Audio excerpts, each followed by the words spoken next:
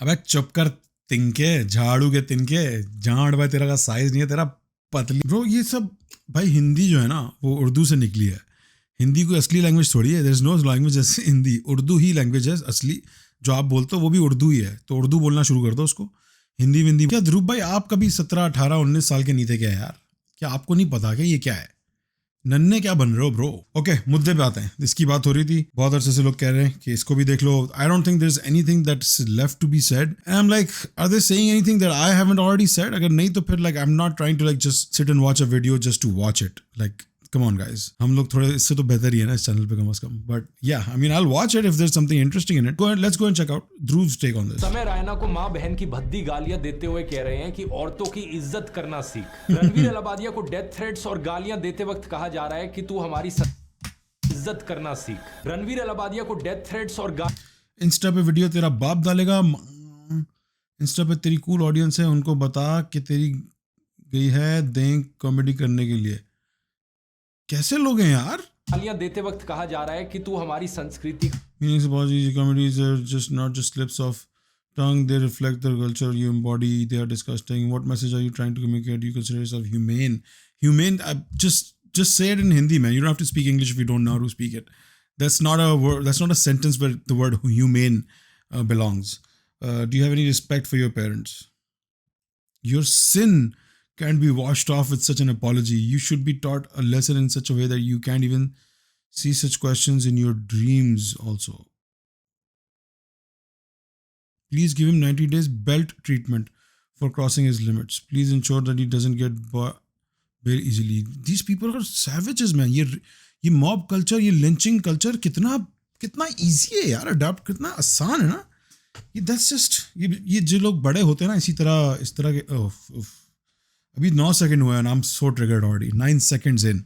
Holy shit. का आदर करना सीख। इसे सुनकर ये रिप्रेस्ड लोग आपस में खी करते हुए हंसते हैं कि अरे ध्यान से सुना तूने, उसने कान नहीं बोला, उसने कुछ और बोला, हा हा हा। चढ़ते सूरज को सबका सलाम था, करोड़ों व्यूज को सबका सलाम था, क्रिंज कंटेंट को सबका सलाम था। लेकिन अब एक क्रिंज जोक के बाद रणवीर और समय सभी के लिए अछूत बन गए हैं। फिल्म स्टार्स का तो आजकल काम ही यही है कि इलायची के नाम पर गुटखा बेचना। हमें मत कहो कि हम कोई इंस्पायरिंग फिल्में बना दें।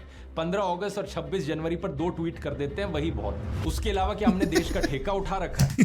Why did the celebrities catch strays? For no reason, bro. They got strays. Film ही तो है, गाना ही तो है। नमस्कार दोस्तों, यूट्यूबर रणवीर अलाबादिया के द्वारा पूछा गया एक ऑब्सीन और भद्दा सवाल देश की सबसे बड़ी कंट्रोवर्सी बन गई। क्या हो गया रणवीर भाई को? और would you join in once and stop it forever? इस एक सवाल पर महाराष्ट्र से लेकर आसाम तक अलग अलग स्टेट्स में मल्टीपल FIR दर्ज कराई गई। चीफ मिनिस्टर्स ने स्टेटमेंट दी। बहुत भद्दे तरीके से कुछ चीजों को कहा गया है, प्रेजेंट किया गया है। सुप्रीम कोर्ट तक में प्ली फाइल करी गई। Is this a chief minister? Like this guy is an actual chief minister जो अपना टाइम, अपनी वैल्यूबल पावर, कुर्सी आके इस बारे में बात करने पे लगा रहा है। FIR दर्ज कराई गई। चीफ मिनिस्टर्स ने, ये है चीफ मिनिस्टर।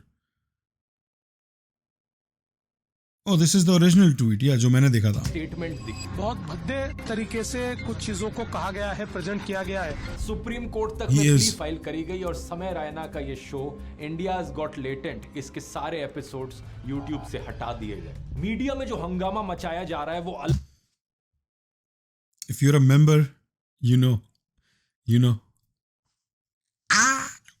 अलग ही लेवल का है। इस शो के एडिटर को देखिए किस तरीके से ट्रीट किया गया। This was crazy to watch. Editor है वो यार। स्तर की मॉब मेंटालिटी देखने को मिल रही है। खुलेआम डेथ थ्रेट्स दिए जा रहे हैं रणवीर और समय को। और इसीलिए मैं इंडिया में अब नहीं रहता, मैं इसीलिए जर्मनी शिफ्ट हो गया। ये बोल दे बस आगे ये, because that is the only reason he's done that. Like you guys know that, right? Everyone should understand कि क्यों ये जर्मनी में रहता है, इंडिया क्यों नहीं जाता है। Because कहीं भी मुंबई में अगर मेरी मुलाकात इस व्यक्ति से सीधा हो गई ना, तो इसको ना तो इसकी सिक्योरिटी बचा पाएगी और ना कोई दुनिया की ताकत। बेगानी शादी अब्दुल्ला दीवाना में कौन है भाई? तेरा क्या लेना देना है? What is going on? Threats दिए जा रहे हैं रणवीर और समय को। कहीं भी मुंबई में अगर मेरी कौन आदमी ऐसे ही मुफ्त में वो मारना चाहता है उसको, या किसी और के जोक की वजह से किसी और को जोक सुनाने की वजह से कोई और ऑफेंड हो रहा है। ये चल रहा है। मेरी मुलाकात इस व्यक्ति से सीधा हो गई ना, तो इसको ना तो इसकी सिक्योरिटी बचा पाएगी और ना कोई दुनिया की ताकत। 14 फरवरी को पुलिस रणवीर के घर तक पहुंच जाती है। घर पर ताला लगा हुआ मिलता है। रणवीर का फोन स्विच्ड ऑफ था। रणवीर ने एक इंस्टाग्राम पोस्ट करके कहा कि मेरी टीम और मैं अथॉरिटीज के साथ कोऑपरेट। रणवीर का फोन स्विच ऑफ था। बड़ा थोड़ा सा मसाला ध्रुव भाई को भी लगाना आता है न्यूज चैनल्स की तरह से। बहुत इंडियाज मोस्ट वांटेड वाली वाइब थी इसमें। उसका फोन स्विच ऑफ था। Why do you know this? How do you know this? And why is this important right now? कर रहे हैं। मैं ड्यू प्रोसेस को फॉलो करूंगा। माँ बाप को लेकर मेरा कमेंट इनसेंसिटिव और डिसरिस्पेक्टफुल था। मैं जेन्युइनली सॉरी फील कर रहा हूँ। इससे पहले भी रणवीर एक वीडियो के जरिए अपनी अपॉलॉजी दे चुके हैं। इस पे गौरव ने एकदम सही बोला आगे था। बताते हैं कि इन्हें जान से मारने की धमकियां मिल रही हैं। लोग इनकी फैमिली को भी चोट पहुंचाना चाहते हैं। कुछ लोग पेशेंट बनकर इन गौरव ने कहा था ना कि भाई तू चुप रहे, मत बोल। उसकी बात सही है, पर उस दौरान इसको कोई बेसिस बना के इसकी फैमिली को हर्ट कर देता एक्चुअली, या इस पे कोई अटैक कर देता, तो फिर क्या लोग सिंपथाइज करते ना कि भाई माफ़ी मांग लेता है, तो माफ़ी भी नहीं मांगी। राइट पीपल, आपको पता है लोग कैसे हैं, मॉब मेंटालिटी कैसी होती है, हमारी सिचुएशन किस तरह की बन जाती है हमारे कंट्रीज़ में। तो लोग तो फ़ौरन कंसेंट क्रिएट करते थे कि नहीं उसने माफ़ी भी तो नहीं मांग रहा था वो तो, और वो चढ़ चढ़ के बोल रहा था कि मैंने जो बोला सही बोला है। तो इसलिए इसने सोचा भाई माफ़ी मांग लेता हूँ, एक रीज़न कम हो जाएगा मेरी मॉब लिंचिंग होने का। एक रीज़न कम कर, जो अभी apparently there's like 75 other reasons to mob lynch these guys. माँ के क्लिनिक में घुस गए। इन्होंने लिखा कि मैं बहुत डरा हुआ हूँ और नहीं जानता कि क्या करना है, लेकिन कहीं भाग नहीं रहा। समय रैना ने भी ट्वीट करके बताया कि जो कुछ हो रहा है मेरे लिए हैंडल करना बहुत मुश्किल हो रहा है। मैंने अपने चैनल से इंडियाज गॉट लेटेंट के सभी एपिसोड्स हटा दिए हैं। लेकिन बात सिर्फ इन दोनों की नहीं है। महाराष्ट्र के साइबर सेल ने बताया कि उन्होंने 30 से 40 लोगों पर केस फाइल किया है। वो लोग जो इस शो के गेस्ट रहे थे फर्स्ट एपिसोड से लेकर। जाहिर सी बात है, ऐसे में सवाल उठता है, क्या इस तरीके का रिएक्शन ऐसी चीज के लिए जायज है? इंडियाज गॉट लेटेंट शो में जो गाली गलोच वाली कॉमेडी दिखाई जा रही थी, उसका क्या असर पड़ता है समाज?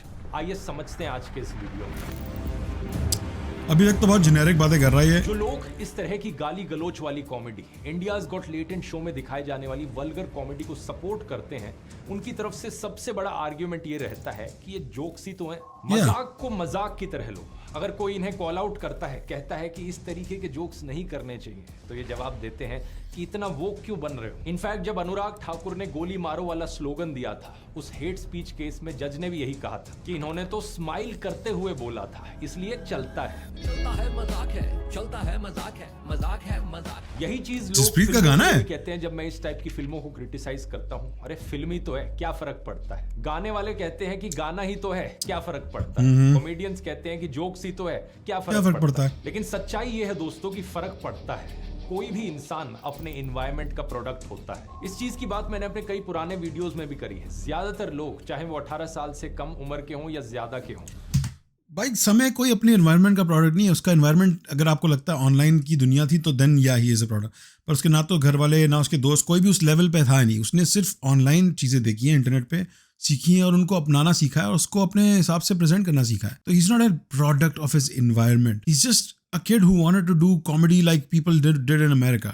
and he found a way that people he found a way to push boundaries. It's so simple, man. They make it so complicated. Fragile होता है। अगर फिल्म्स, गाने, क्या? इस चीज की बात मैंने अपने कई पुराने वीडियोस में भी करी है। ज्यादातर लोग, चाहे वो 18 साल से कम उम्र के हों या ज्यादा के हों, उनका माइंड बहुत फ्रेजाइल होता है। अगर फिल्म्स, गाने, web series, jokes, YouTube videos, इन सब से फर्क नहीं पड़ता, तो क्या कोई बच्चा पैदा होते ही अपने जीन्स में सब कुछ लेकर आता है क्या? ऑब्वियसली ऐसा नहीं है। इनफैक्ट जो ट्रेड्स जेनेटिक होते हैं, उनके जीन एक्सप्रेशन में भी एनवायरनमेंट का रोल होता है। इसके पीछे की साइंस किसी और वीडियो में समझ सकते हैं। अभी मैं आपको सीधा डायरेक्ट एग्जाम्पल के साथ समझाता हूँ। पिछले साल मैंने एल्विश यादव को लेकर एक वीडियो बनाया था, जिसमें मैंने कॉल आउट किया कि कैसे एल्विश और उसके दोस्त किस तरीके से कुछ रशियन सेल्स गर्ल को ऑब्जेक्टिफाई कर रहे थे। कार लेने जाता है तो तुझे ये समझ नहीं आता कि सेल्स गर्ल भी किसी की बहन बेटी होती है। अपना पेट पालने के लिए नौकरी कर रही है, तो इसका मतलब ये नहीं कि तू और तेरे दोस्त उस पर वल्चर्स की तरह नजरें गाड़ने लगे। कपिल शर्मा ने भी अपने फैमिली कॉमेडी शो पर रशियन लड़की का रेट पूछा था। आपने बताया नहीं आप कहाँ से आई हैं? I'm from Russia.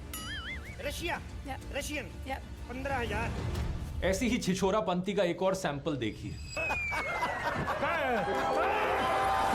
हम इंडिया से है, पर संस्कार हमें रसिया के पसंद है। एक तीसरा वीडियो जिसका टाइटल लिखा है कपिल के लिए अक्षय कुमार ने लेकर आए एक पर एक खूबसूरत रशियन लड़कियां। अच्छा ये लड़कियां भी तभी बाहर निकलती हैं जब अक्षय बाजी बाहर निकलते हैं, वरना मार्केट में अवेलेबल नहीं है ये सब। मुझे पता नहीं था कि अक्षय कुमार लड़कियों का चलाओ वो क्लिप अंकल की, चलाओ जरा। वो क्या अंकल ने चिल्ला के बोला था ना, ये क्या है? ये कोई लड़ने का रहा है।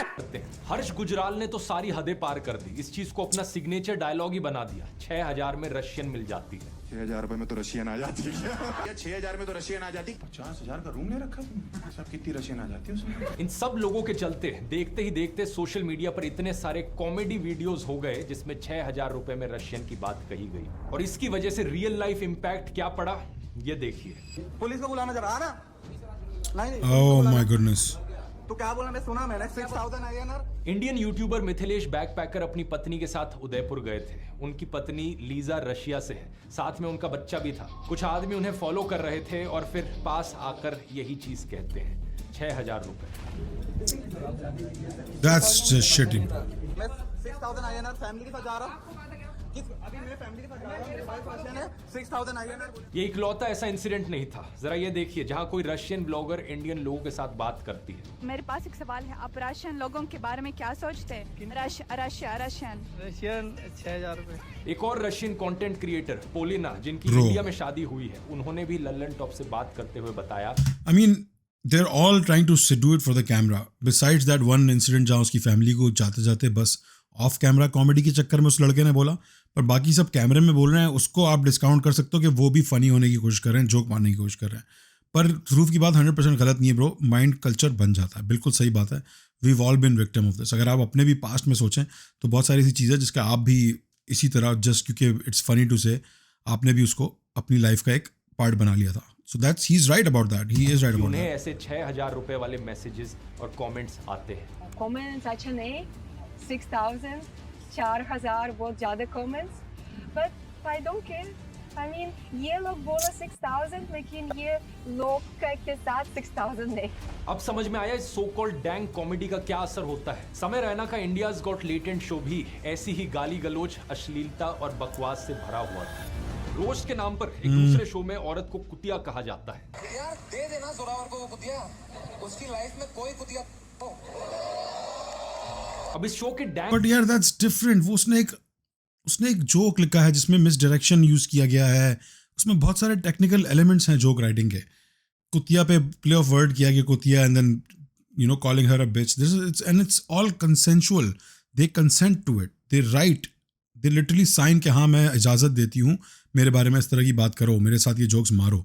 Big difference, big difference. ऐसे किसी सड़क चलते उसको कंपेयर करना इट्स नॉट राइट। और आप कह सकते हैं फिर तो हर्ष गुज्जर भी कॉमेडियन है, उसने भी ये बात की है स्टेज पे, तो वहाँ डिफरेंस है, वहाँ नहीं, उसने नहीं यूज़ किया एक्चुअली ये बात कॉमेडी करने के लिए। एक ऐसी पंचलाइन जिसको आप, it's so hard to differentiate bro, it's so hard to differentiate.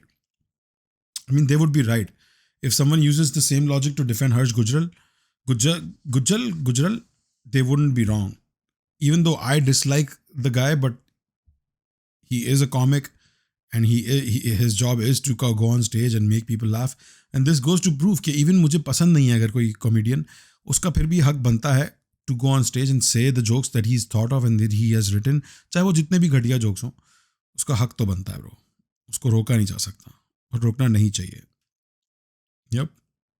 कहेंगे कि उसने तो कुशा कपिला को ही कहा ना, तो किसी और को दिक्कत क्यों है। पहली बात ही कुशा ने खुद इस पर एतराज जताया। उन्होंने कहा था कि जोक्स रोस्ट की बाउंड्रीज को क्रॉस कर रहे हैं। शॉकिंगली अनकाइंड जोक्स थे। बहुत सारी बाउंड्रीज इवन स्टैंड अप के दायरे से भी, रोस्ट के दायरे से क्रॉस हो गई थी और वो नहीं होनी चाहिए थी। वहां लाइव ऑडियंस और टेक्नीशियंस के आगे तो उन्होंने सहन कर लिया, लेकिन लाखों लोगों के आगे यूट्यूब पर उन्हें प्ले करना, ये उनको डीह्यूमनाइज करने जैसा है। उन्होंने एक इंटरव्यू में ये भी बताया था कि समय रैना के फैंस बहुत टाइम तक उन्हें ट्रोल करते रहे थे। जैसे अगर अभी लड़के चिल्ला रहे हैं समय भाई, ये मेरे कमेंट्स में भी चिल्लाते हैं, पूरे साल चिल्लाए हैं। अभी इस बात का मुझे इतना फर्क नहीं पड़ता, पर जब ये आया था तो बहुत फर्क पड़ता था। दूसरी बात, भले ही रोस्ट किसी एक स्पेसिफिक लड़की का हो रहा हो, लेकिन किसी औरत को बिच या गोल्ड डिगर कहना, ये सीधे सीधे एक टॉक्सिक मैस्कुलिनिटी के बनाए गए स्टीरियोटाइप को रीइंफोर्स करता है। औरतों के खिलाफ ऐसी भाषा का प्रयोग करना उस चीज को नॉर्मलाइज करता है। जो लोग इस कॉमेडी को देखते हैं वो बाहर असल जिंदगी में जाकर यही शब्दों का प्रयोग करते हैं औरतों के खिलाफ। यही बात गुरलीन पन्नू के केस में भी है। कोई लड़की जिसकी रोबस्ट फिजिक है उसे मर्द कहकर चिढ़ाना ये भी एक रिग्रेसिव सोच का सिम्टम है। शो को देखने वाली ऐसी और लड़कियां, उनकी सेल्फ इमेज पर क्या इंपैक्ट पड़ेगा, यही बात फिल्मों पर भी एप्लीकेबल है। किसी के मोटापे का, किसी की कम हाइट का, किसी के काले रंग का, किसी की गरीबी का, डिसेबिलिटी का। Bro is describing typical Indian hangout, or Pakistani even. I'm not trying to single out just India. Literally, bro is describing average day out for a Pakistani man or Indian man, Indian guys, you know, Desi guys, South Asian guys. That's literally what happens, right? It's very common. और I've been, even though I support Samay a lot and I love his comedy and I think he never does it distastefully. मैं उसको defend इसलिए करता हूँ कि वो कड़वे मुंह के साथ नहीं करता इस तरह के जोक्स। उसके जोक्स में हमेशा एक या तो सेंस ऑफ इनोसेंस होगा, या बच्चोदी होगी, या एक हार्मलेस डिग होगी। एक डिग करेगा वो आप पे, पर वो हार्मलेस डिग होती है। अब कुशा कपिला की बात भी अपनी जगह सही है ब्रो, कि उसके साथ जो हो रहा है वो आप डिनाई तो नहीं कर सकते ना, वो कर रहे हैं लोग। समय के फैंस ही हैं जो कर रहे होंगे इस तरह। I also believe that. I don't not believe her, I believe her 100%। तो ये बहुत एक टफ दुनिया है जिसमें औरत होना ऑलरेडी टफ है, राइट। और उसके बाद अगर कोई औरत हिम्मत करके ज़रा बाहर निकलती है अपनी शेल से और चीज़ें करने की सोचती है इस दुनिया में, तो फिर उसके पीछे लोग आते हैं। देखो ऑलरेडी विमेन हेट तो बहुत प्रेवलेंट है, स्पेशली इंडियन सोसाइटी में बहुत ज़्यादा।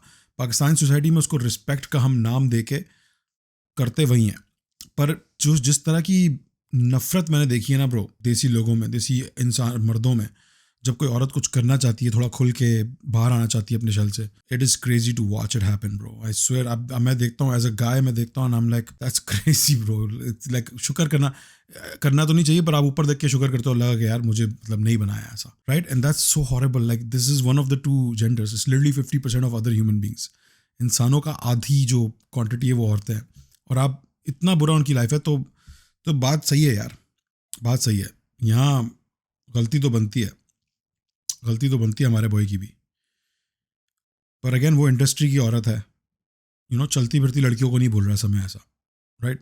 ही is not making videos vlogs जिसमें वो रोड पे चलती हुई औरत को बोल रहा है कि ए कुतिया, राइट। ऐसे other people are doing that, there are other people who do that, but that's not Samay. So that's why I support the kid, because I know he is not like, उसका दिल गलत जगह पे नहीं आ रहा है। उसकी हरकतें अगेन बाउंड्री पुश करती हैं, बट लाइक आर्ट और उसके बीच में, रियल लाइफ के बीच में डिफरेंशिएट करना बहुत ज़रूरी है। तो वो इंडस्ट्री की है, she is part of the culture. I think she is just, क्योंकि it is what you are supposed to do, so she is doing it. People are saying she is getting trolled, she is like I am getting trolled, I am gonna talk about it. उसका पूरा हक है, मैं नहीं कह रहा हूँ उसको कैश कर रही है, पर उसका पूरा हक है उसके बारे में बात करने का, और वो करेगी। उसको करना भी चाहिए, उसको रुकना नहीं चाहिए, उसको चुप नहीं होना चाहिए। So that's fine. दोनों चीजें इसी तरह प्ले आउट हो रही हैं जैसे होनी थी। तब मजाक उड़ाया जाता है, और ऐसा करने से करोड़ों लोगों की सेल्फ इमेज की धज्जियां उड़ जाती है। जो लोग एक्चुअली में छोटी हाइट के हैं, मोटे हैं, काले रंग के हैं, डिसेबल्ड हैं, उनको बुली किया जाता है असल जिंदगी में, क्योंकि ऐसे जोक्स ने इन चीजों को नॉर्मलाइज कर दिया है। एक बार समय रैना ने ऐसा ही जोक किया एक गरीब बच्चे पर। एक गरीब बच्चा आया मेरे पास, ठीक है, तो मैंने उसको ऐसे ही ना आउट ऑफ ऐसे 2000 रुपए का नोट दे दिया, मजे कर जाने, ठीक है। ऐसे का एक दिन आता है कभी साल में, 2000 रुपए का नोट दे दिया। जैसे मैंने उसको 2000 रुपए का नोट दिया ना, उसके 10-15 दोस्त बच्चे आए, भागे, उसको हाथ पकड़ा, उसको खींच रहे, उससे पैसे धक्का मार रहे। अरे हाँ, सुना हुआ यार। How many time do we have to hear this joke? Platform से नीचे गिर गया पटरियों पे, एक ट्रेन आके उसको कुचल के चली गई। जो 2000 रुपए मेरे वसूल हुए ना यार,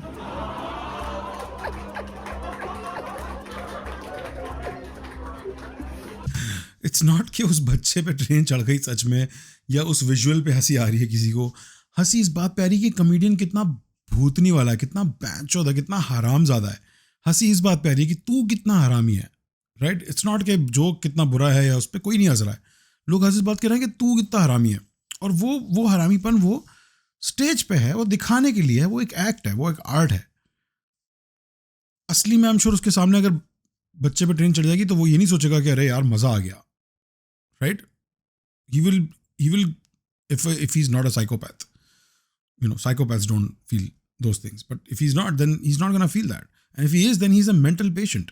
Again, वहाँ पे भी एक अलग ही level of conversation है वो फिर। So yeah, मजा ही आ गया भाई देख के। कहाँ मैं नेटफ्लिक्स पे देखता ये सब। जस्ट जोक है ये, ठीक है। मैं गरीबों को पैसे नहीं देता हूँ। See, he's a comedian, man. इस जोक से क्या हो रहा है? गरीबों को डीह्यूमनाइज किया जा रहा है, बच्चों की मौत पर जोक मारना नॉर्मलाइज किया जा रहा है। कुछ लोग इसे डैंक ह्यूमर कहेंगे, लेकिन असलियत में ऐसे सो कॉल्ड जोक्स का सिर्फ मकसद होता है ऑडियंस को शॉक करना। ऐसी भद्दी चीजें कहो जिसे सुनकर कोई भी इंसान शॉक हो जाए। ऐसी भी चीज कोई कह सकता है? क्या ध्रुव भाई आप कभी 17, 18, 19 साल के नहीं थे क्या यार? क्या आपको नहीं पता कि ये क्या है? नन्हे क्या बन रहे हो bro? Like you know this, you've done it. Don't act like you've never done this. Everybody has done it in their teenage years and early adulthood. It's for shits and giggles. That's what it is. So उसको इतना ये किया जा रहा है, वो किया जा रहा है. That's a little bit unwarranted, bro. Ranveer Allahbadia ने जो अपना सवाल पूछा था, जिसकी वजह से ये सारी कंट्रोवर्सी शुरू हुई, उसका मकसद भी सिर्फ लोगों को शॉक करना था। ऐसी भद्दी चीजें कहो जिसे सुनकर लोग शॉक होएं, अपने दोस्तों के साथ शेयर करें, व्यूज बढ़े, एंगेजमेंट बढ़े। इसी से ही मिलती जुलती चीज है रेज बेटिंग। इसका मतलब है कि ऐसे ही मजे के लिए जानबूझकर कुछ ऐसा करो या कहो जिसे सुनकर लोगों को गुस्सा आ जाए। समय ने ब्रो ये सब भाई हिंदी जो है ना वो उर्दू से निकली है। हिंदी कोई असली लैंग्वेज थोड़ी है। देयर इज नो लैंग्वेज जैसे हिंदी। उर्दू ही लैंग्वेज है असली। जो आप बोलते हो वो भी उर्दू ही है, तो उर्दू बोलना शुरू कर दो उसको। हिंदी बोल okay I am sorry rage baiting की बात हो रही है ना, तो मैं समझाने की कोशिश कर रहा था, एग्जाम्पल दे रहा हूँ रेज बेटिंग कैसे होती है। समय समय पर रेज बेटिंग का भी बहुत प्रयोग किया है, जैसे कि ये वाला उदाहरण। लोग पटाखों के खिलाफ बोल रहे थे तो समय खूब सारे पटाखे जलाने की बात करेगा, दूसरों को चिढ़ाने की कोशिश करेगा, चैलेंज करेगा कि रोक सको तो रोक लो। इसी सेम टैक्टिक का इस्तेमाल सभी घटिया से घटिया रियलिटी टीवी शोज भी कर रहे हैं, बिग बॉस जैसे। ऐसे लोगों को इनवाइट करो शो पर जिन्हें देखकर लोगों को गुस्सा है, लोग शॉक हो जाए जिन्हें देख। राखी सावंत, एल्विश यादव, महीप सिंह, पूनम पांडे, रजत दलाल, उर्फी जावेद, जो काम ये घटिया टीवी शोज कर रहे थे वही काम इंडियाज गॉट लेटेंट ने भी किया। ये बड़ी ही अनफॉर्चुनेट चीज है कि आज के दिन सोशल मीडिया पर ढेर सारे लोग ऐसे ही चीप शॉर्टकट्स अपनाने की कोशिश कर रहे हैं फेम पाने के लिए, पैसे कमाने के लिए। गाली गलौज से भरे हुए वीडियोस बनाओ, गुंडागर्दी करो, लोगों के खराब माइंडसेट को अपीस करो या अपनी इज्जत का मजाक बना दो। लेकिन सच बात पता है क्या है दोस्तों? इस तरीके का फेम किसी काम का नहीं है। ये लोग जितनी तेजी से वायरल होते हैं उतनी ही तेजी से इनका डाउनफॉल भी देखने को मिलता है। सच बात यह है कि सोशल मीडिया पर लॉन्ग टर्म में सक्सेस पाने के लिए आपको मेहनत करनी पड़ती है, और सही नॉलेज, स्किल्स और हार्डवर्क के साथ, बिना गाली गलौज करे, बिना खराब माइंडसेट को अपीस किए, बिना अपनी इज्जत का मजाक बनाए सक्सेसफुल होना पॉसिबल है। इसी चीज को सिखाया है मैंने अपने YouTube ब्लूप्रिंट कोर्स में। 7.5 घंटे का हाईली डिटेल्ड कोर्स जो ना सिर्फ ब्रो एक दिन आएगा मैं खरीद दूंगा ये कोर्स, फिर भाई it's over for you bro, it's over for all of you. जिस दिन मैंने ये कोर्स खरीद लिया ना। बात कर रहे थे चीप कंटेंट की। पूनम पांडे को तो आप जानते ही होंगे। क्यों भाई ये तो आपने अज्यूम कर लिया जानते होंगे? नहीं भाई मैं नहीं जानता था, मैं तो कल तक नहीं जानता था, अब जानता हूँ। पर ये सही नहीं है, आपने अज्यूम कर लिया, सबने देखी होगी इनकी कोई ना कोई वीडियो। जेनजी को भले ही ना पता हो, लेकिन पूनम पांडे को सब जानते हैं। वही महान भारतीय नारी जिन्होंने कहा था कि अगर टीम इंडिया मैच जीत गई तो मैं अपने कपड़े उतार दूंगा। सिर्फ इसी के आधार पर ये बन गई इंटरनेट पर्सनैलिटी। क्या कारण है? Shock value. राखी सावंत तो इस सब मामले में सबसे सीजन्ड खिलाड़ी है। शो पर आते ही इन्होंने अपना डैंक ह्यूमर दिखाया। जब ये इंडियाज गॉट लेटेंट में बैठी थी तो मम्मी कैसी हैं, पापा कैसे हैं वाले घटिया जोक्स पर तालियां बजाई जा रही थी। लेकिन एक बड़ा सवाल यहाँ पर ये उठता है कि शॉक वैल्यू वाले जोक्स तो समझ में आ गए, लेकिन ऐसे वल्गर जोक्स क्यों लोगों को इतने पसंद आते हैं? 2-3 हफ्ते पहले ये राखी सावंत वाला एपिसोड मैंने अपने रिसर्चर विजेता दहिया को भेजा था। मैंने उससे पूछा कितना फनी लगा उसे। उसने कहा बिल्कुल 10 मिनट से ज्यादा टॉलरेट नहीं किया गया। मैंने भी कहा मुझे कोई हंसी नहीं आई, लेकिन यहाँ पे 2-3 करोड़ व्यूज आ रहे हैं इस पर, इतने सारे लोगों को ये पसंद आ रहा है। क्या कारण हो सकता है उसके पीछे? असल में हमारे बीच में कॉमन बात यह है कि हम माँ बहन की गालियां नहीं देते। ये सिर्फ वीडियो की बात नहीं हो रही, इवन ऑफलाइन भी नहीं देते। मैं ना गुस्सा आने पर, ना दोस्तों के साथ मजाक करता हूं। He's just not that kind of a guy, yeah. ये बात मुझे समझ में आती है कि इन गालियों का क्या मतलब है। सीधे तौर पर कहा जाए तो ये गालियां समाज में रेप कल्चर को नॉर्मलाइज करने का काम करती है। ठीक उसी तरीके से जैसे वल्गर फिल्में, वल्गर गाने यही काम करते हैं। जो लोग इस बात को समझते हैं उनका ये गालियां सुनकर ही ऑटोमेटिकली मूड ऑफ हो जाता है। और 25 गालियां देखें आप सोचते हो कि मैं इंप्रेस हो जाऊंगा, तो गालियों से इंप्रेस होने का मेरी उम्र निकल चुकी है। मैं 14 साल का नहीं हूं कि मैं गाली सुन के हंसूंगा, हाँ गाली दी उसने यार। आई am not impressed by bad language. आप जोक, अगर मुझे आप हंसाना चाहते हो तो आप बगैर किसी को चोट पहुंचाए आप मुझे हंसा के दिखाओ तो मुझे मजा आएगा उसका।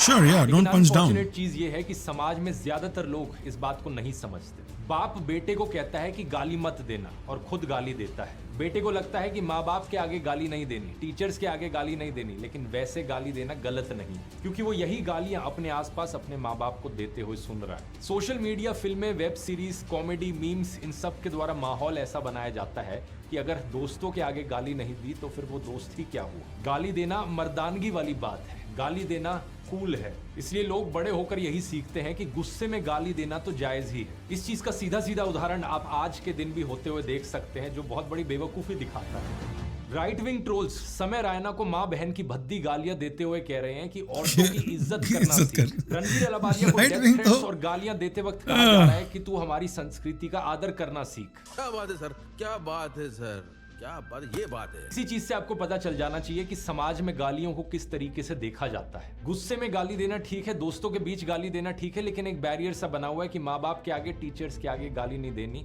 ओपनली नहीं देनी। फिर स्कूल के क्लासरूम में आखिरी बेंच पर बैठा हुआ कोई लड़का मुंह नीचे करके जोर से गाली दे दे, जो सभी लोग सुन ले, तो वो लड़का हीरो बन जाता है अपनी क्लास में। बहुत ही डैंक और कूल। कोई लड़का गाली वाली टी शर्ट पहन लेता है तो उसे लगता है कि बहुत ही डैंक काम कर डाला। एजी की स्पेलिंग गलत है। गाना आता है पार्टी ऑल नाइट, कान में दम है तो बंद करवा लो। इसे सुनकर ये रिप्रेस्ड लोग आपस में खी खी करते हुए हंसते हैं कि अरे ध्यान से सुना तूने, उसने कान नहीं बोला, उसने कुछ और बोला, हा हा हा। जब बादशाह का गाना आता है आजा बेबी आजा गाना बजा दूं, तो उनको मजा आता है कि अरे भाई वो कुछ और बजाने की बात कर रहा था, खी खी खी खी। फिर कोई कहता है कि हनी सिंह और बादशाह की ऐसी तैसी, ये तो डबल मीनिंग में गाली देते हैं, हम तो सीधे बोलेंगे। और ऐसे क्रिंज गाने के 4.5 करोड़ व्यूज आ जाते हैं। बेसिकली ये वही रिप्रेस्ड लोग हैं जिन्हें हनी सिंह के गाने पसंद आते हैं, जिन्हें एल्विश भाई पसंद आते हैं और जिन्हें इस तरीके की डैंक कॉमेडी पसंद आती है। इन्हें चोली के पीछे क्या है गाने पर नाचने में मजा आता है। पूनम पांडे को ये फॉलो करते हैं, भद्दे गाने सुनते हैं, तो फिर कॉमेडी में गाने आने पर ऐसे रिप्रेस्ड समाज को मजा आएगा ही। अभी एक रीसेंट फिल्म मिसेज में दिखाया गया कि पति पत्नी संभोग कर रहे हैं, लेकिन पत्नी अपने पति के आगे प्लेजर की बात नहीं कर सकती। क्यों? ये होता है रिप्रेशन। जिनका दिमाग 24 घंटे वल्गर ख्यालों से भरा होता है, जो सिनेमा हॉल में न्यूडिटी वाली फिल्में देखने जाते हैं। अगर आप इनसे सीरियसली बात करेंगे ऐसे मुद्दों पर तो ये ऑकवर्ड हो जाएंगे, क्योंकि जब टीनेजर्स छुप छुप कर पोर्न के जरिए शारीरिक संबंधों के बारे में जानेंगे तो उनका नजरिया उसको लेकर खी खी करने वाला ही होगा। ऑकवर्डनेस से भरा। ज्यादातर स्कूलों में बायोलॉजी टीचर्स की हिम्मत तो हुई नहीं कि क्लास में खुलकर सेक्स एजुकेशन की बात करें। ऊपर से अगर कोई film I oh my God 2 जैसी, तो टीनेजर्स के लिए बनाई गई इस फिल्म को CBFC द्वारा एडल्ट रेटिंग दे दी जाती है। इसलिए दिमाग में वो रिप्रेशन बना रहता है। और इंडियाज गॉट लेटेंट वाली डैंक कॉमेडी इसी रिप्रेशन को अपीस कर रही थी। समय जानता था कि रिप्रेस्ड लोगों के आगे अगर मैं गालियां दूंगा तो वो तालियां बजाएंगे। कुछ आलसी फिल्म मेकर्स और हरियाणा की म्यूजिक इंडस्ट्री में भी ये चीज सबको पता है। इसलिए देश की कई इंडस्ट्रीज में गालियां देने का एक कॉम्पिटिशन सा चला हुआ है। कोई समाज में इस गलत माइंडसेट को बदलना नहीं चाहता, हर कोई उसे अपीस करना चाहता है अपने फायदे के लिए। पॉलिटिशियंस यही कर रहे हैं, मीडिया वाले यही कर रहे हैं, फिल्म स्टार्स यही कर रहे हैं और ढेर सारे यूट्यूबर्स और कॉमेडियंस भी यही कर रहे हैं। फिल्म स्टार्स का तो आजकल काम ही यही है कि इलायची के नाम पर गुटखा बेचना। हमें मत कहो कि हम कोई इंस्पायरिंग फिल्में बना दें। 15 अगस्त और 26 जनवरी पर 2 ट्वीट कर देते हैं, वही बहुत है। उसके अलावा कि हमने देश का ठेका उठा रखा है? फिल्म ही तो है, गाना ही तो है, जोक्स ही तो हैं। मीडिया वाले और पॉलिटिशियंस तो सबसे बड़े अपॉर्चुनिस्ट हैं इस पूरी कंट्रोवर्सी। जब तक रणवीर अलाबादिया सरकारी पॉलिटिशियंस का इंटरव्यू ले रहा था, उन्हें प्रमोट कर रहा था, तब तक सब कुछ सही था। सरकार को भी मजा आ रहा था, प्रधानमंत्री मोदी उसे क्रिएटर का अवार्ड दे रहे थे। लेकिन जैसे ही एक कंट्रोवर्सी यहां पर हुई, लोगों का गुस्सा रणवीर के खिलाफ आया। पॉलिटिशियंस को लगा अब इसके खिलाफ जाने में हमें ज्यादा फायदा मिलेगा, तो इसलिए आज ये हाथ धोकर इसके पीछे पड़ गए। चढ़ते सूरज को सबका सलाम था, करोड़ों व्यूज को सबका सलाम था, क्रिंज कंटेंट को सबका सलाम था। लेकिन अब एक क्रिंज जोक के बाद रणवीर और समय सभी के लिए अछूत बन गए। मैं भी समय रैना के शो पर चेस खेलने गया था, लेकिन मेरे लिए वो कभी भी अछूत नहीं था। मुझे किसी सही चीज के लिए दोबारा बुलाया जाए, जैसे चेस खेलने के लिए या किसी ढंग के कॉमेडी शो में पार्टिसिपेट करने के लिए, तो मैं बिल्कुल जाऊंगा। रणवीर के साथ भी मैंने पॉडकास्ट किया। ब्रो कम ऑन, अगर ये कंट्रोवर्सी नहीं होती, you guys don't think Dhruv would have been a guest on the show if he could have, come? 100% he would have come, bro. 100%. कई इवेंट्स में मिलना भी हुआ, क्योंकि मेरी कोई पर्सनल दुश्मनी नहीं है इनसे। लेकिन एट द सेम टाइम मैं इनके कंटेंट को क्रिटिसाइज करने से पीछे भी नहीं हटूंगा। जहां मुझे लगता है इन्होंने गलत किया है, वो बोलना बनता है। सरकार भी ये चीज जानती थी। रणवीर अलाबादिया ने अपने ढेरों पॉडकास्ट में गलत चीजों को देखिए ये तो मैं मानता हूँ, बहुत सारे क्रिएटर्स हैं जो कि बनते हैं ऐसे जैसे ध्रुव एक्चुअली है, और अगर मेरे पास प्रूफ नहीं है, मैं मिला नहीं उस आदमी से, मैं कभी हैंग आउट नहीं किया इसके साथ, पर कुछ लोगों का कैरेक्टर उनको देख के, उनकी बातें सुन के, उनके डिमीनर से पता चल जाता है।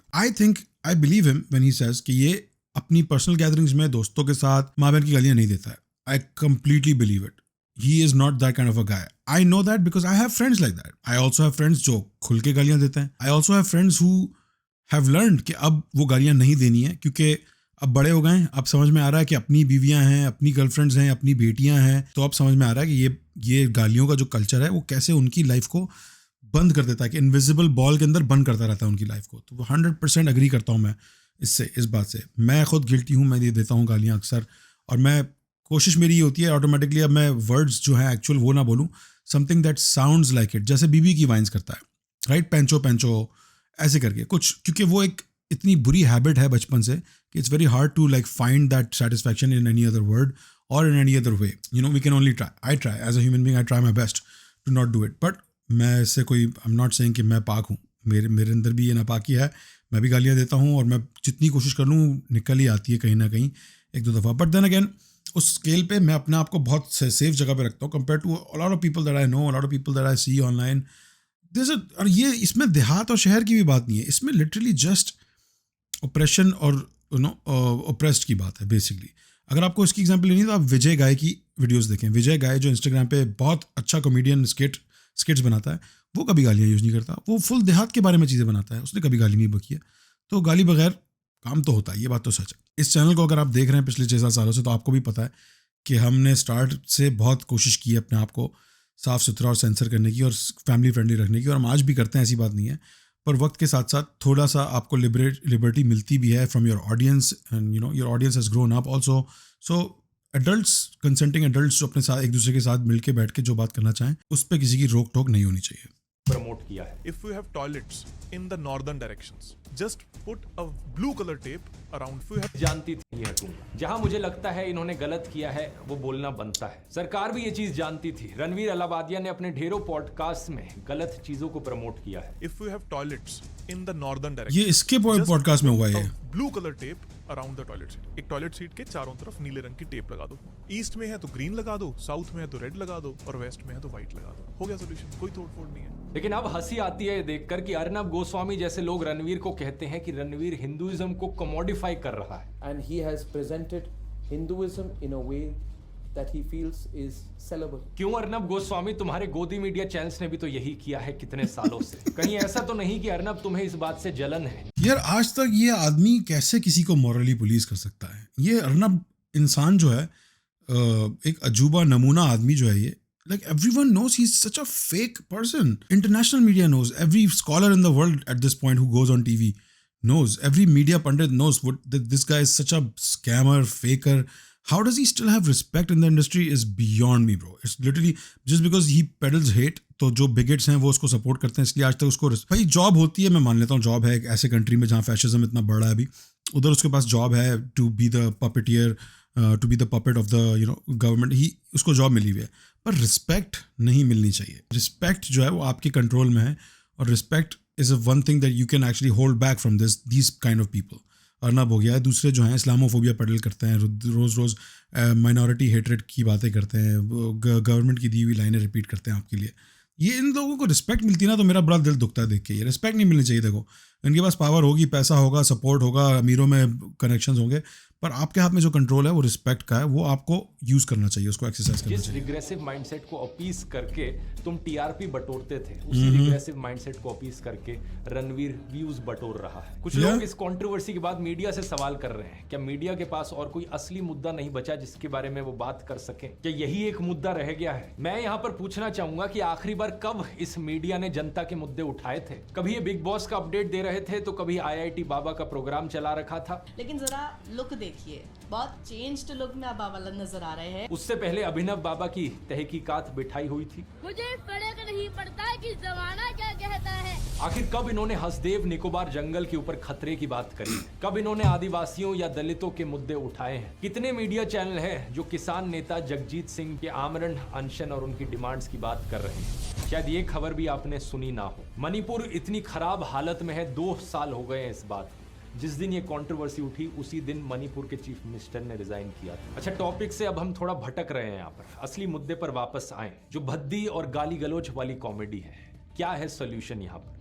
क्या इसे बैन कर देना चाहिए? बहुत से लोग जो इस वीडियो को देख रहे होंगे उनके मन में This is the important part of this video. Obviously इस सबको बैन कर दो उठाकर। सरकार को यहाँ नकेल कसनी चाहिए, लेकिन मेरी राय में ये बिल्कुल भी सोल्यूशन नहीं है। किसी भी देश में जब सरकार कुछ बैन करती है, सरकार अपनी तरफ से सेंसरशिप लगाती है, उसके फायदे कम नुकसान ज्यादा होते हैं। अपने ही देश का उदाहरण देख लो, bandit queen, lipstick under my burkha, Udta Punjab, 5, India's daughter, a clockwork orange, इन सारी मीनिंगफुल और सेंसिटिव से उलझना पड़ा है। जबकि वल्गर फिल्में जैसे कि क्या कूल है हम, ग्रैंड मस्ती, नशा, हेट स्टोरी, ये आसानी से पास हो जाती है। शहादत हसन मंटो पर केस चलाए गए उनकी सोशली कॉन्शियस कहानियों की वजह से। वो कहानियां जो समाज को आईना दिखाती है, झकझोर देती है, उन्हें अश्लील कहकर रोकने की कोशिश की गई, जबकि मस्त राम जैसी सेमी पॉर्न कहानियां आसानी से गलियों में बिकती रही। इसलिए सेंसरशिप एक इफेक्टिव सॉल्यूशन नहीं है। इंडियाज गॉट लेटेंट को ही क्या नाम बताया?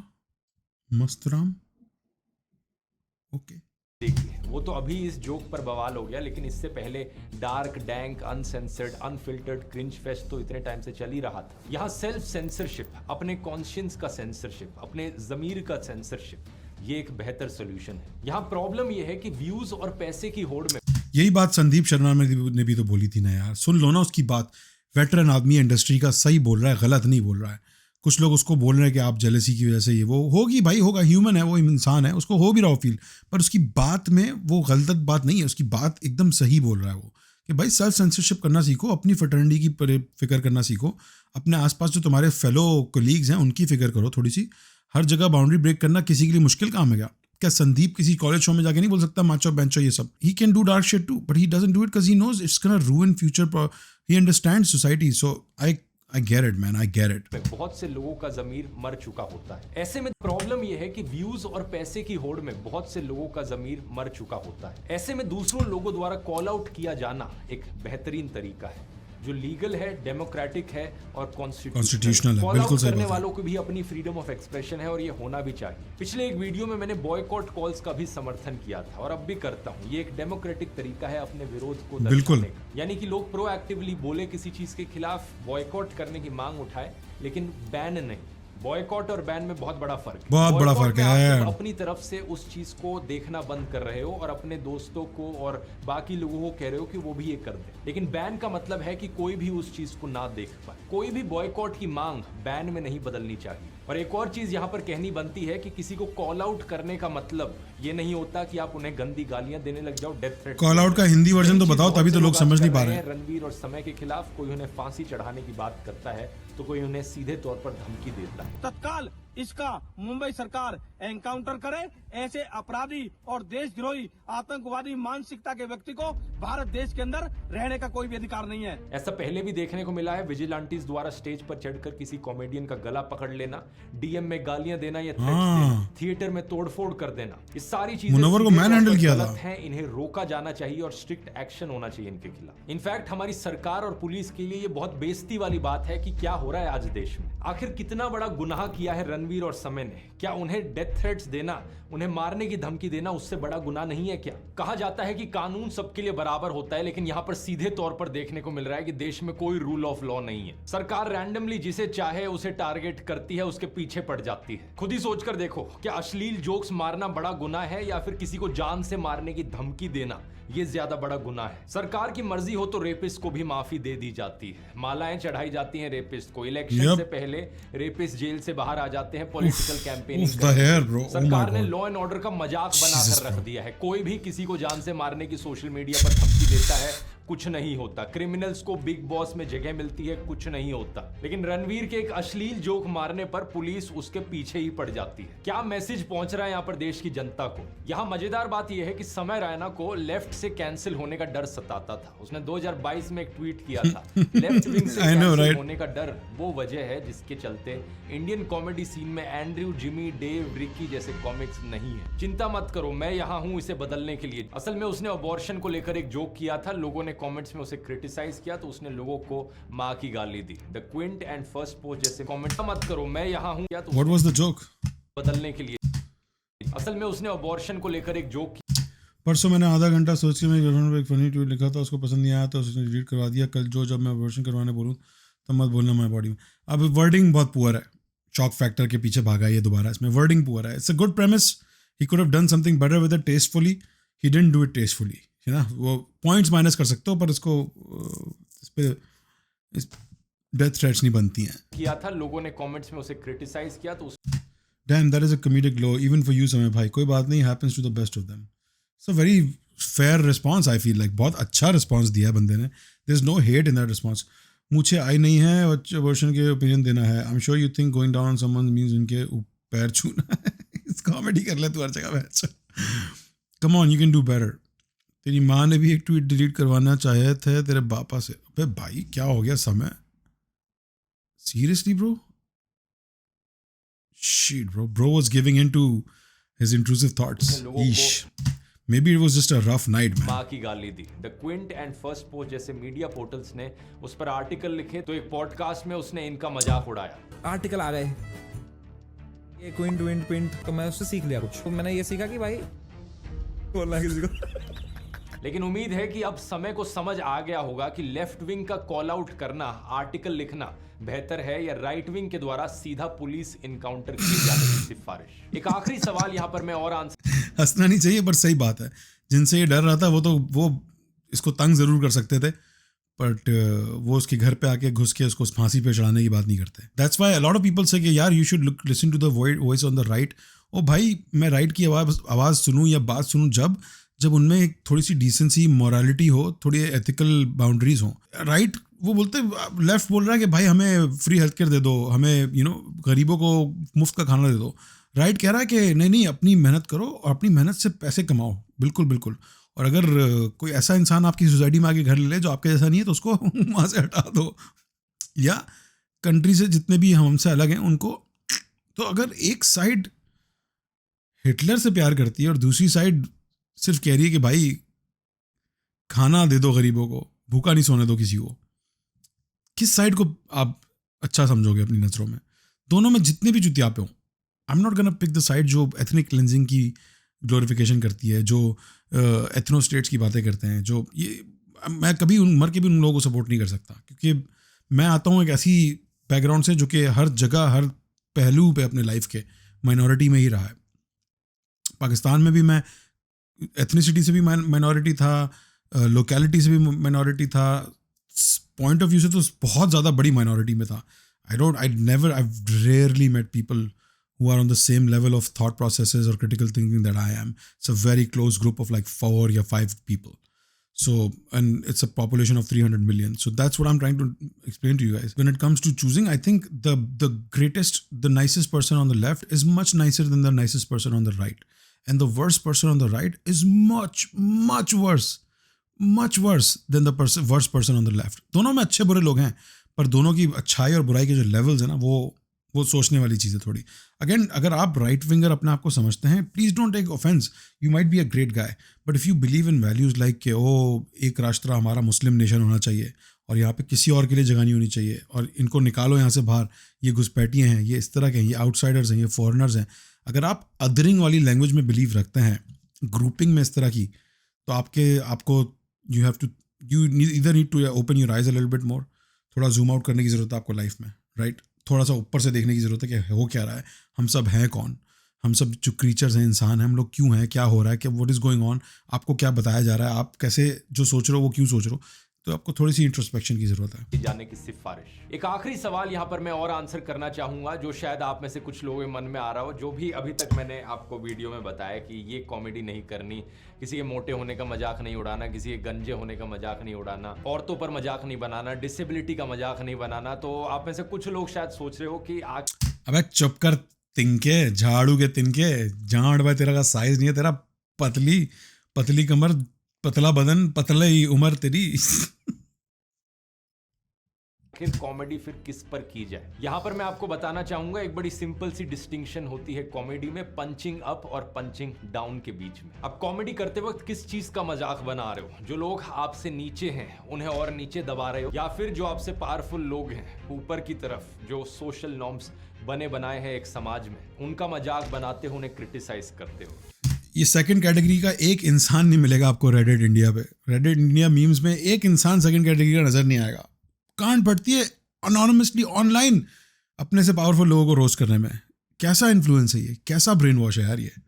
माइनॉरिटीज के ऊपर 15 मीम्स मिलेंगे आपको, 15 जोक्स, क्योंकि मार सकते हो, कौन आ रहा है पकड़ने, कोई नहीं ढूंढ रहा आपको। जो ऊपर बैठे ना उन पे एक दिखता ही नहीं भाई, देख बहुत ढूंढ लिया, नहीं मिलते। टैलेंट हो तो गौरव कपूर जैसे कॉमेडियंस ट्रैफिक रूल्स और रोड सेफ्टी जैसे टॉपिक पर बेहतरीन कॉमेडी कर सकते हैं। टैलेंट हो तो अभिषेक उपमन्यु जैसे comedians health anxiety privilege blindness college की रट्टा एजुकेशन जैसे टॉपिक्स पर भी कॉमेडी कर सकते हैं। ये मणिक मेहना का टैलेंट ही तो है जो उन्होंने रजत दलाल टाइप के कैरेक्टर बॉबी कटारिया को मॉक करते हुए कॉमेडी कर दी। इंडियन पुलिस की इनएफिशिएंसीज पर सैटिरिकल कॉमेडी सेट बना दी। कुणाल कामरा पॉलिटिकल कॉमेडी करते हैं लेकिन उसके लिए जिगर चाहिए होता है, हिम्मत चाहिए होती है। जो कुणाल बात के है खिलाफ जितनी FIRs, डेथ थ्रेट्स, फ्लाइट्स के द्वारा बैन किया जाना, शोज का कैंसिल किया जाना हुआ है, शायद ही किसी और कॉमेडियन के साथ हुआ है। और वैसे गालियां तो कुणाल कामरा, अभिषेक Upmanyu, Kunal would go down as the greatest of all time in the whole world actually. I'm not even joking. Again, पहली बार जब इस बॉय को मैंने देखा था उस दिन मैंने बोल दिया था इस ग्रेटनेस नजर आ रही है और इस ग्रेटनेस को उभरने नहीं देंगे ये लोग। ये सोसाइटी BC डिजर्व ही नहीं करती है ये इस आदमी को।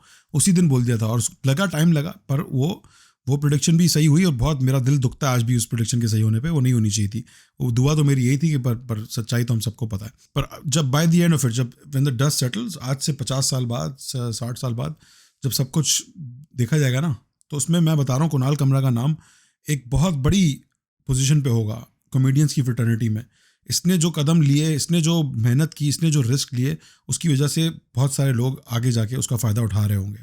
तो ये I'm just gonna say that today. I just wanted to say this today. गौरव कपूर, मणिक मेहना भी देते हैं, लेकिन फर्क ये है कि जहाँ कुछ लोगों की कॉमेडी में केवल गालियां होती हैं, यहाँ गालियों के अलावा कॉमेडी भी होती है। और यहाँ पर वैसे मैं इन कॉमेडियन से अपील भी करना चाहूंगा कि प्लीज अपनी comedy, same rule goes for समय ऑल्सो यार। समय की कोई कॉमेडी में सिर्फ गालियां नहीं होती हैं, समय की कॉमेडी में भी कॉमेडी भी होती है बहुत सारी। He is at the end of the day he is not there to just shock people, he is there to make funny jokes and he writes them technically भी होती है। और यहाँ पर वैसे मैं इन कॉमेडियन से अपील भी करना चाहूंगा कि प्लीज अपनी कॉमेडी से गालियों को बाहर कर दीजिए। इस वीडियो में मैंने काफी समझाने की कोशिश की है कि गालियों का क्या नेगेटिव इम्पैक्ट पड़ता है समाज पर, और ये बात सिर्फ कॉमेडियंस के लिए नहीं बल्कि एक्टर्स, फिल्म मेकर्स और बाकी यूट्यूबर्स के लिए भी एप्लीकेबल है। अपना कंटेंट बिना गालियां और बिना वल्गैरिटी के बनाइए। ये करना कोई मुश्किल नहीं है। स्लेप ऑयल जैसे चैनल्स हैं यूट्यूब पर जो कॉमेडी करते हैं बिना गालियां दिए। ऐसे कई कॉमेडियंस भी हैं, जैसे कि इंस्टाग्राम पर दीपक गर्ग और हसलिंग रजन की रील्स देख लीजिए। किसी वीडियो में टॉक्सिक मेल ईगो का मजाक उड़ाया जाता है, या एक रील में स्मोकर्स के हेवी एडिक्शन का मजाक उड़ाया जाता है।